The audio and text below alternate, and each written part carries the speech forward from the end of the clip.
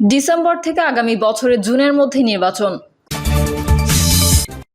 সেনাবাহিনীর প্রতিবাদ, ইন্ডিয়া টুডের প্রতিবেদন সম্পূর্ণ মিথ্যা ও বিভ্রান্তিকর। জানাবো আওয়ামী লীগ কে আসবে নির্বাচনে,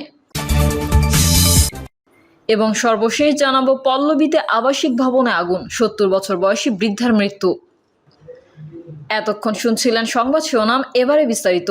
তবে তার আগে অনুরোধ থাকবে আমাদের চ্যানেলটি সাবস্ক্রাইব করে বেল আইকনটি ক্লিক করুন। ডিসেম্বর থেকে আগামী বছরের জুনের মধ্যে নির্বাচন। এবছরের ডিসেম্বর থেকে আগামী বছরের জুনের মধ্যে নির্বাচন হবে বলে জানিয়েছেন প্রধান উপদেষ্টা ডক্টর মোহাম্মদ ইউনূস। তিনি বলেন, আগামী নির্বাচনটি বাংলাদেশের ইতিহাসে সবচাইতে অবাধ, সুষ্ঠু ও গ্রহণযোগ্য নির্বাচন হোক। এই জন্য নির্বাচন কমিশন সব ধরনের প্রস্তুতি নিতে শুরু করেছে। তিনি বলেন, আমাদের দায়িত্ব জাতির সামনে পুরো প্রক্রিয়াটা স্বচ্ছভাবে তুলে ধরা এবং প্রক্রিয়া শেষে নির্বাচনের আয়োজন করা। নির্বাচনের ব্যাপারে আমি আগেও বলেছি, আবারও বলছি, এ বছর ডিসেম্বর থেকে আগামী বছরের জুনের মধ্যে নির্বাচন হবে। সেনাবাহিনীর প্রতিবাদ, ইন্ডিয়া টুডের প্রতিবেদন সম্পূর্ণ মিথ্যা ও বিভ্রান্তিকর। ইন্ডিয়া টুডের বাংলাদেশ সেনাবাহিনীর প্রধান উপদেষ্টা মোহাম্মদ ইউনূসের বিরুদ্ধে সম্ভাব্য অভ্যুত্থানের আশঙ্কায় জরুরি বৈঠক করেছে এমন শিরোনামে করা মিথ্যা প্রতিবেদনের প্রতিবাদ জানিয়েছে বাংলাদেশ সেনাবাহিনী। প্রতিবাদ বার্তায় এই প্রতিবেদনকে অবিশ্বাস্য তথ্য বিকৃতি, গুজব রটানো, পুরোপুরি মিথ্যা ও বিভ্রান্তিকর বলে আখ্যা দিয়েছে সেনাবাহিনী। বিজ্ঞপ্তিতে বলা হয়, প্রতিবেদনটিতে কোনো নির্ভরযোগ্য সূত্র বা যাচাইযোগ্য প্রমাণ নেই, বরং এটি সম্পূর্ণভাবে ভিত্তিহীন গুজব ছড়ানোর আরেকটি প্রয়াস। আসন্ন অভ্যুত্থান সংক্রান্ত তথ্য পুরোপুরি মিথ্যা ও বিভ্রান্তিকর, যা সাংবাদিকতার ন্যূনতম নৈতিকতাকে উপেক্ষা করেছে। প্রতিবাদ বার্তায় বলা হয়, এটি প্রথমবার নয়, ইন্ডিয়া টুডে ইতোপূর্বেও বাংলাদেশ সেনাবাহিনীকে নিয়ে ভ্রান্ত তথ্য ও মনগড়া প্রতিবেদন প্রকাশ করেছে। এর আগেও 2025-এর 11 মার্চে সেনাবাহিনীকে নিয়ে একটি অসত্য প্রতিবেদন প্রকাশ করা হয়, যা আমরা তখনই প্রত্যাখ্যান করেছিলাম। কিন্তু দুঃখজনকভাবে ওই প্রতিবাদ সত্ত্বেও ইন্ডিয়া টুডে তাদের ভিত্তিহীন সংবাদ প্রকাশের অভ্যাস অব্যাহত রেখেছে, যা তাদের সম্পাদনা নীতির চরম অবক্ষয়ের প্রমাণ। জানাবো আওয়ামী লীগ কে আসবে নির্বাচনে। গণ অভ্যুত্থানে ক্ষমতাচ্যুত আওয়ামী লীগকে নিষিদ্ধের কোনো পরিকল্পনা যে অন্তর্বর্তী সরকারের নেই, সেটা প্রধান উপদেষ্টা একাধিকবার বলেছেন। এমনটিও বলেছেন একটি বড় রাজনৈতিক দল বিএনপি। আওয়ামী লীগকে নিষিদ্ধ করতে অসম্মত বলেও সরকার ওইদিকে যেতে অনাগ্রহী। এই অবস্থায় কে কাকে কোথায় ডেকে এই প্রশ্নে কি বলবেন সেটার গুরুত্ব কমই। এক্ষেত্রে কারো বক্তব্যকে পরিপূর্ণ সত্য ধরে নিয়ে আলোচনা করাও অসঙ্গত। আওয়ামী লীগ সরকার পতনের কিছুদিন পর থেকেই আলোচনা চলছে জনপরিসরে প্রায় অনুপস্থিত দলটি রাজনীতিতে ফিরবে কিনা। শেখ হাসিনা সহ আওয়ামী লীগ নেতাদের সিংহভাগই এখন ভারতে। দেশে আটক হয়েছেন কমই। তৃণমূল নেতাদের সিংহভাগই দেশে বিদেশে পলাতক। কর্মীরা প্রশাসনিক ও রাজনৈতিক চাপের মুখে। দলটির সমর্থক কম নয় এবং তারা দেশেই আছেন। এদের একাংশ সক্রিয় সামাজিক যোগাযোগ মাধ্যমে। দেশের কোথাও কোথাও দলটির কর্মী সমর্থকদের অতি ক্ষুদ্র অংশকে মাঝে মধ্যে ঝটিকা মিছিল বের করতে দেখা যায়।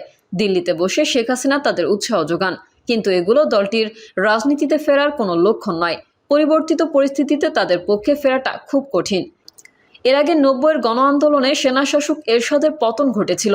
সেটি ছিল অনেক কম রক্তক্ষয়ী এবং এরশাদ সহ জাতীয় পার্টির প্রায় সব নেতা তারপরই দেশেই অবস্থান করেছিলেন। এরশাদ কারাগারে যান এবং সেখান থেকে নির্বাচন করে জয়ী হন সর্বোচ্চ 5 আসনে। প্রথমবারের মতো দল নিরপেক্ষ তত্ত্বাবধায়ক সরকারের অধীনে অনুষ্ঠিত ওই নির্বাচন জাপার জন্য ছিল কঠিন। স্বাভাবিক পরিবেশ পেলে দলটি হয়তো আরও কিছু আসন পেত। জাপার প্রাপ্ত আসন ছিল 35 এবং ভোট প্রায় 12%। 24-এর গণ অভ্যুত্থান অবশ্য নজিরবিহীন। অল্প সময়ের আন্দোলনে এত রক্তক্ষয়ের উদাহরণ কম। ক্ষমতাসীনদের পতনও ঘটে সশব্দে। ভয়াবহ প্রতিশোধের আশঙ্কায় সর্বস্তরের নেতাকর্মী, এমনকি সহযোগীদের মধ্যেও ছিল পালিয়ে যাওয়ার তারা। হাসিনা রেজিমের সহযোগী জনপ্রশাসনের লোকজন, গুরুতর আর্থিক অপরাধে জড়িত ব্যবসায়ীদেরও ছিল একই প্রবণতা। রাজনৈতিক পরিবর্তনের ধাক্কায় ক্ষমতার সঙ্গে জড়িতদের এই মাত্রায় আত্মগোপন ও দেশত্যাগের ঘটনা সাম্প্রতিক দুনিয়ায় বেশি নেই।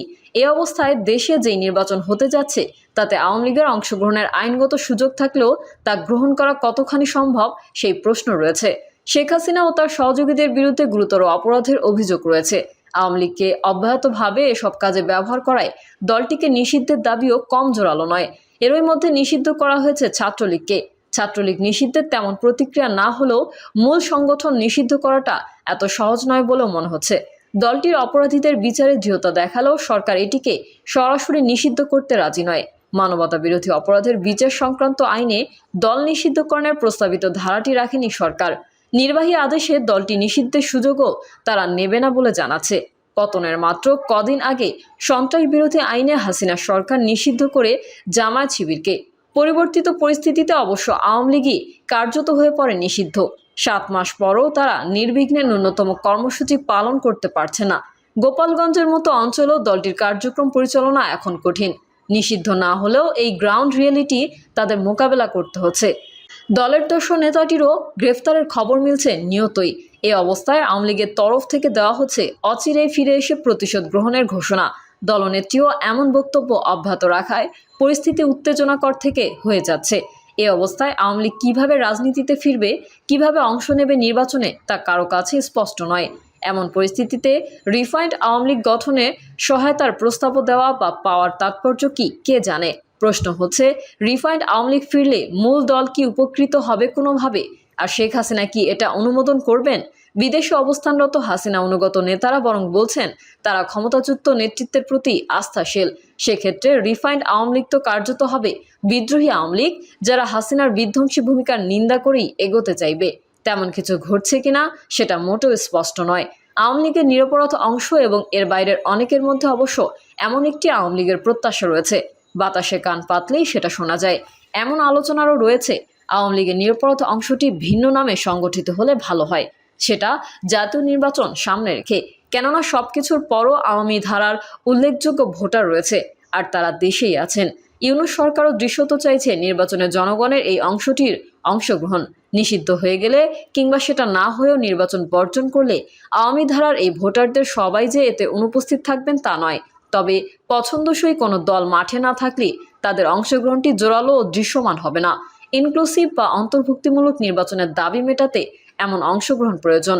এই ব্যাপারে বিশেষত আন্তর্জাতিক সম্প্রদায়ের যে আগ্রহ রয়েছে তাতে কোনো লুকোছাপা নেই। ইউনূস সরকারও কি অন্তর্ভুক্তিমূলক নির্বাচন, অন্তর্ভুক্তিমূলক রাজনীতি ও সমাজ গঠনের কথা বলছে না? হালে সেনাপ্রধানও এক বহুল আলোচিত বক্তৃতায় আগামী নির্বাচনকে ইনক্লুসিভ করার উপর জোর দিয়েছেন। আওয়ামী লীগ ব্যাপক মানুষের কাছে তীব্রভাবে সমালোচিত হয়ে পড়লেও তার যে বিপুল সংখ্যক ভোটার রয়ে গেছে সেই বিবেচনায় দলটির নির্বাচনে অংশগ্রহণের সুযোগ রাখা উচিত। লেভেল প্লেয়িং ফিল্ড পেলে দলটি প্রধান বিরোধী দল হিসেবে আবির্ভূত হবে বলেও অনেকের ধারণা। তবে নিরেট বাস্তবতা হলো, নির্বাচনে এলে জাপার চাইতেও অনেক প্রতিকূল পরিস্থিতি মোকাবেলা করতে হবে দলটিকে। এই অবস্থায় ইউনূস সরকারও পদত্যাগ চাইছেন প্রবাসে পলাতক কোনো কোনো আওয়ামী লীগ নেতা। গ্রহণযোগ্য নির্বাচনের জন্য দল নিরপেক্ষ একটি সরকারও হয়তো তারা চাইবেন।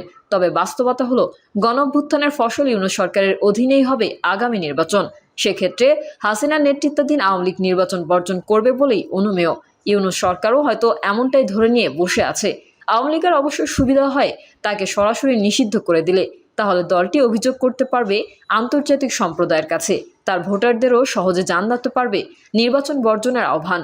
জুলুমবাজ হয়ে ওঠা দলটিও এতে মজলুমের ভাবমূর্তি পাবে যতখানি সম্ভব। প্রিয় দর্শক, এই ছিল এখনকার সর্বশেষ সংবাদ। আপডেট সহ সংবাদ পেতে চ্যানেলটি সাবস্ক্রাইব করে বেল আইকনটি ক্লিক করুন। কমেন্টে আপনার মতামত জানিয়ে আমাদের সাথেই থাকুন। ধন্যবাদ সবাইকে। আল্লাহ হাফেজ।